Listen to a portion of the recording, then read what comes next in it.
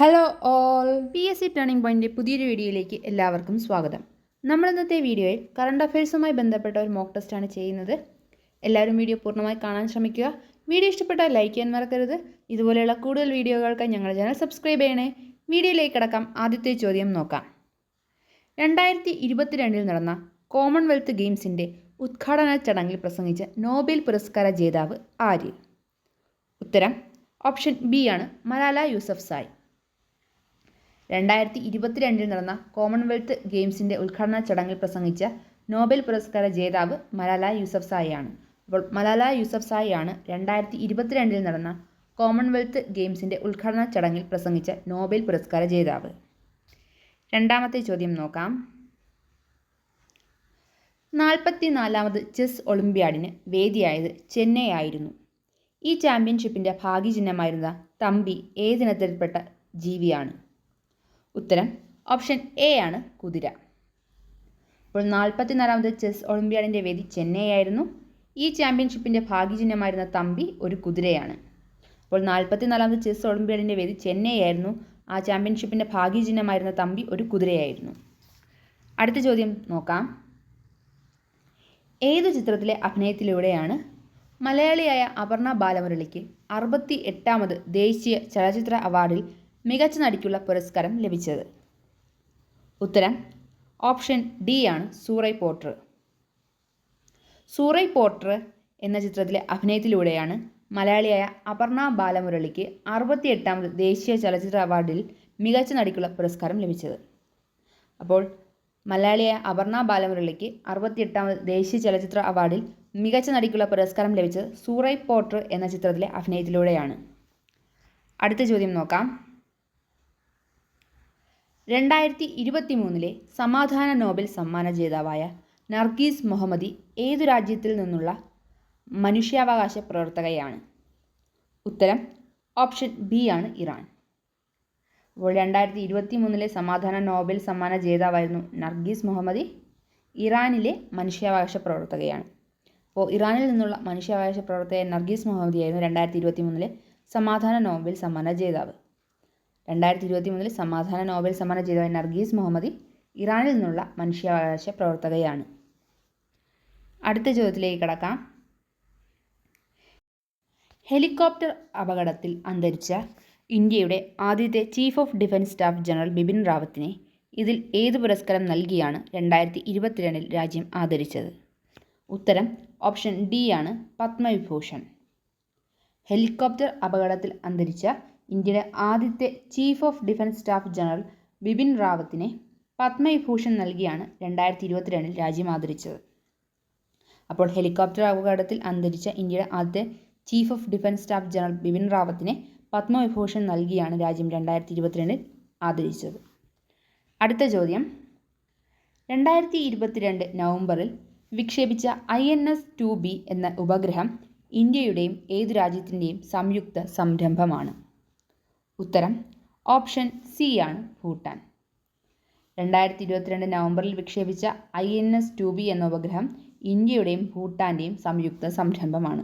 അപ്പോൾ ഇന്ത്യയുടെയും ഭൂട്ടാൻ്റെയും സംയുക്ത സംരംഭമാണ് 2022 നവംബറിൽ വിക്ഷേപിച്ച INS 2B എന്ന ഉപഗ്രഹം. അടുത്ത ചോദ്യം നോക്കാം. അമേരിക്ക രാജ്യാന്തര കുറ്റവാളി സംഘങ്ങളുടെ പട്ടികയിൽ ഉൾപ്പെടുത്തുകയും വാർത്തകളിൽ നിറയുകയും ചെയ്ത വാഗ്നർ ഗ്രൂപ്പ് ഏതു രാജ്യത്തെ സ്വകാര്യ സൈനിക വിഭാഗമാണ്? ഉത്തരം ഓപ്ഷൻ എ ആണ്, റഷ്യ. അമേരിക്ക രാജ്യാന്തര കുറ്റവാളി സംഘങ്ങളുടെ പട്ടികയിൽ ഉൾപ്പെടുത്തുകയും വാർത്തകളിൽ നിറയുകയും ചെയ്ത വാഗ്നർ ഗ്രൂപ്പ് റഷ്യയിലെ സ്വകാര്യ സൈനിക വിഭാഗമാണ്. അപ്പോൾ റഷ്യയിലെ സ്വകാര്യ സൈനിക വിഭാഗമായ വാഗ്നർ ഗ്രൂപ്പിനെയാണ് അമേരിക്ക രാജ്യാന്തര കുറ്റവാളി സംഘങ്ങളുടെ പട്ടികയിൽ ഉൾപ്പെടുത്തുകയും വാർത്തകളിൽ നിറയുകയും ചെയ്തത്. അടുത്ത ചോദ്യത്തിലേക്ക് കടക്കാം. ലോക്സഭയിലും സംസ്ഥാന നിയമസഭകളിലും മൊത്തം സീറ്റുകളുടെ 1/3 വനിതകൾക്ക് സംവരണം ചെയ്യാൻ വ്യവസ്ഥ ചെയ്യുന്ന വനിതാ സംവരണ ബില്ലിൽ രാഷ്ട്രപതി ഒപ്പുവെച്ചത് എന്നാണ്? ഉത്തരം ഓപ്ഷൻ സി ആണ്, 2023 സെപ്റ്റംബർ 28. ലോക്സഭയിലും സംസ്ഥാന നിയമസഭകളിലും മൊത്തം സീറ്റുകളുടെ 1/3 വനിതകൾക്ക് സംവരണം ചെയ്യാൻ വ്യവസ്ഥ ചെയ്യുന്ന വനിതാ സംവരണ ബിൽ രാഷ്ട്രപതി ഒപ്പുവെച്ചത് 2023 സെപ്റ്റംബർ 28-നാണ്. അപ്പോൾ 2023 സെപ്റ്റംബർ 28-നാണ് രാഷ്ട്രപതി ലോക്സഭയിലും സംസ്ഥാന നിയമസഭകളിലും മൊത്തം സീറ്റുകളുടെ 1/3 വനിതകൾക്ക് സംവരണം ചെയ്യാൻ വ്യവസ്ഥ ചെയ്യുന്ന വനിതാ സംവരണ ബില്ലിൽ ഒപ്പുവെച്ചത്. അടുത്ത ചോദ്യത്തിലേക്ക് കടക്കാം. തിരഞ്ഞെടുപ്പ് കമ്മീഷണർമാരുടെ തിരഞ്ഞെടുപ്പിനായി ജസ്റ്റിസ് KM ജോസഫ് അധ്യക്ഷനായ സുപ്രീം കോടതിയുടെ 5-അംഗ ഭരണഘടനാ ബെഞ്ച് നിർദ്ദേശിച്ച സമിതിയിലെ അംഗങ്ങളിൽ ഉൾപ്പെടാത്തത് ഇവരിൽ ആരാണ്? ഉത്തരം ഓപ്ഷൻ സി ആണ് ആഭ്യന്തരമന്ത്രി. തിരഞ്ഞെടുപ്പ് കമ്മീഷണർമാരുടെ തിരഞ്ഞെടുപ്പിനായി ജസ്റ്റിസ് KM ജോസഫ് അധ്യക്ഷനായ സുപ്രീം കോടതിയുടെ 5-അംഗ ഭരണഘടനാ ബെഞ്ച് നിർദ്ദേശിച്ച സമിതിയിലെ അംഗങ്ങളിൽ ഉൾപ്പെടുന്നത് ആരൊക്കെയാണെന്ന് നോക്കാം. പ്രധാനമന്ത്രി, പ്രതിപക്ഷ നേതാവും സുപ്രീം കോടതി ചീഫ് ജസ്റ്റിസുമാണ്. അപ്പോൾ തിരഞ്ഞെടുപ്പ് കമ്മീഷണർമാരുടെ തിരഞ്ഞെടുപ്പിനായി ജസ്റ്റിസ് KM ജോസഫ് അധ്യക്ഷനായ സുപ്രീം കോടതിയുടെ 5-അംഗ ഭരണഘടനാ ബെഞ്ച് നിർദ്ദേശിച്ച സമിതിയിലെ അംഗങ്ങളിൽ ഉൾപ്പെടുന്നവരാണ് പ്രധാനമന്ത്രി, പ്രതിപക്ഷ നേതാവ്, സുപ്രീം കോടതി ചീഫ് ജസ്റ്റിസ് എന്നിവർ. അടുത്ത ചോദ്യം നോക്കാം.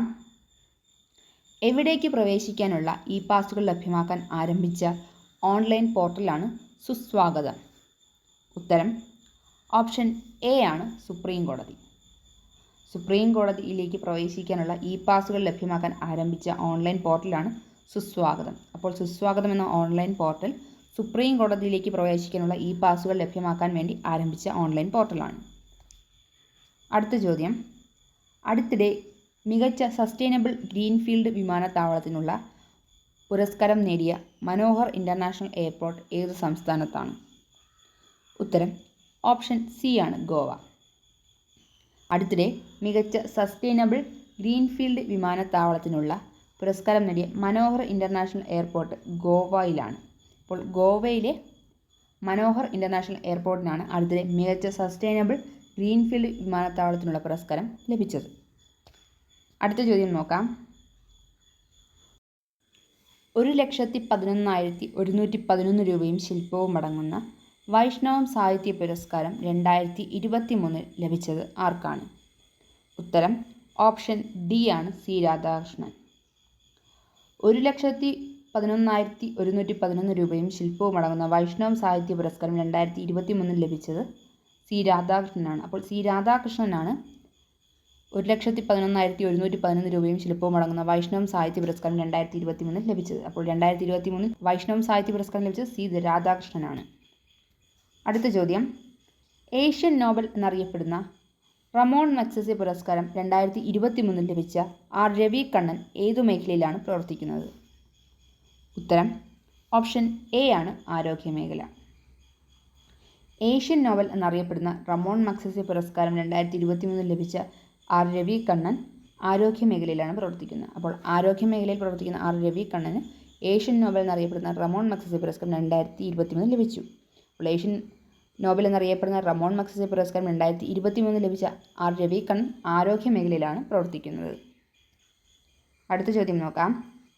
15-ാം കേരള മന്ത്രിസഭയിൽ രാമചന്ദ്രൻ കടന്നപ്പള്ളി കൈകാര്യം ചെയ്യാത്ത വകുപ്പ് ഇവയിൽ ഏതാണ്? ഉത്തരം ഓപ്ഷൻ ബി ആണ് തുറമുഖം. അപ്പോൾ 15-ാം കേരള മന്ത്രിസഭയിൽ രാമചന്ദ്രൻ കടന്നപ്പള്ളി കൈകാര്യം ചെയ്യാത്ത വകുപ്പ് തുറമുഖമാണ്. കൈകാര്യം ചെയ്യുന്ന വകുപ്പുകളാണ് രജിസ്ട്രേഷൻ, മ്യൂസിയം, ആർക്കിയോളജി എന്നിവ.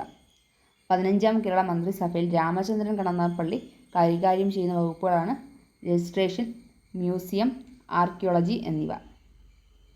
അടുത്ത ചോദ്യത്തിലേക്ക് കടക്കാം.